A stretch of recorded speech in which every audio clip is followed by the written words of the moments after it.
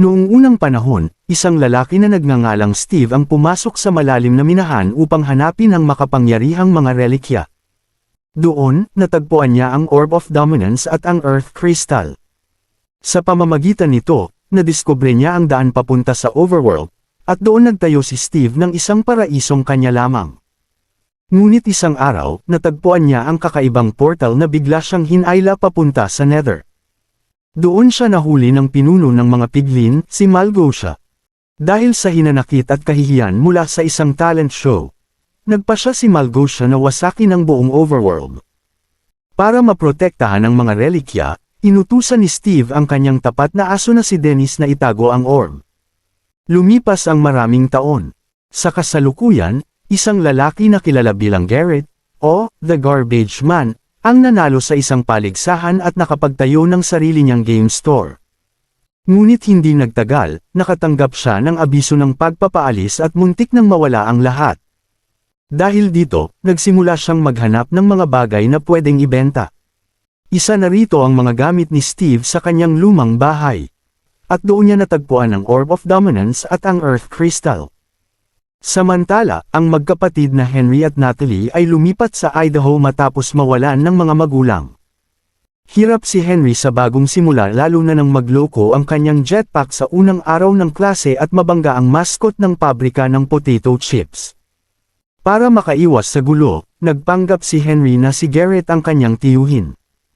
Ngunit aksidente niyang napagsama ang orb at ang crystal, na muling nagbukas ng portal ni Steve. Nadala sina Henry at Garrett papunta sa minahan, kaya't sumunod si Natalie at ang kaibigan niyang si Dawn. Magkakasama silang pumasok sa Overworld, hindi nila alam na si Malgosia ay nakabantay. Pinalaya niya si Steve mula sa bilangguan at inutusan itong bawiin ang mga relikya. Sa unang gabi, nakipaglaban ang grupo sa mga halimaw.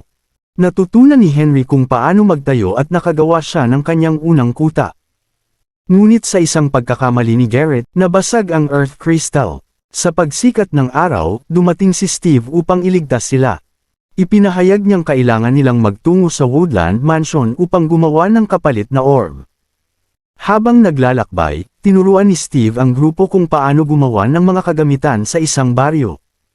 Ngunit biglang umatake ang mga piglin at nagkahiwa-hiwalay sila. Sina Steve, Henry, at Garrett ay muntik mamatay laban sa isang gas ngunit nagtagumpay, samantalang sina Natalie at Dawn ay nakatagpo kay Dennis, ang aso ni Steve, na nangakong ibabalik sila sa kanilang kaibigan. Gumanti si Malgosia sa pamamagitan ng pagpapakawala ng dambuhalang halimaw ang Great Hog. Hinabol nito ang mga lalaki sa mga minecart, ngunit kalaunan ay napasabog ng grupo ng creepers. Pagdating sa Woodland Mansion, nagbihis sina Steve at Garrett ng mushroom hats at nagkunwaring may kaarawan upang lituhin ang mga pillager. Sa gitna ng kaguluhan, nakuha ni Henry ang Earth Crystal at ang Ender Pearl.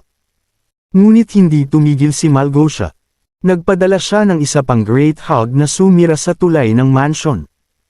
Nakaligtas sina Steve at Henry, habang nagpakasakripisyo si Garrett ngunit nakaligtas pa rin siya sa huli.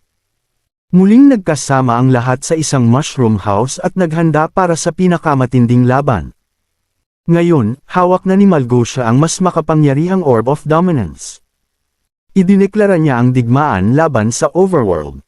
Nagsama-sama ang 5 kaibigan, gumawa ng mga sandata, at bumuo ng hukbo ng mga Iron Golem.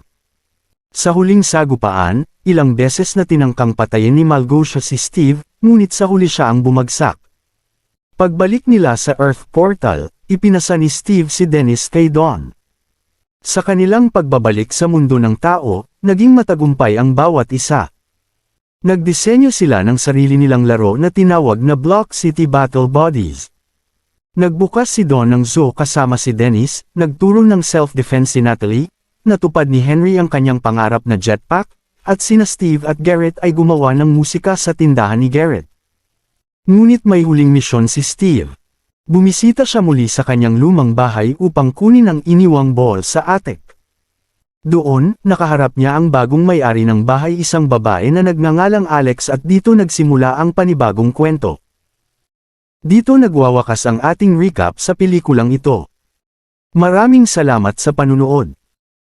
Para sa mas marami pang movie recaps, Huwag kalimutang mag-subscribe at samahan akong muling balikan ang mga susunod na pelikula.